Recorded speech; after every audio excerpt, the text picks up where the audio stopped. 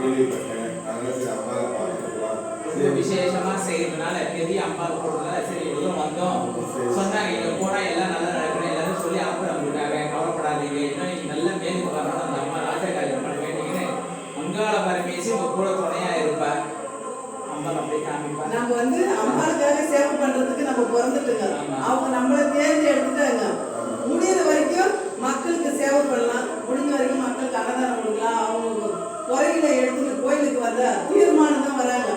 அந்த குறைய நம்ம முடிஞ்ச வரைக்கும் அம்மா கிட்ட கேட்டு தீர்த்து கொடுக்கணும். அதுதான் நம்மளுடைய சந்தோஷம், வேற ஒண்ணுமே இல்லை. வேற சந்தோஷம். நாங்கள் தாம்பரத்துலேருந்து ஸ்ரீ அங்காள ராஜகாளி அம்மன் கோயிலுக்கு வந்திருக்கிறோம். என்னுடைய பேர் ஸ்ரீ சக்தி தேவம்மா. வணக்கம் வணக்கம்.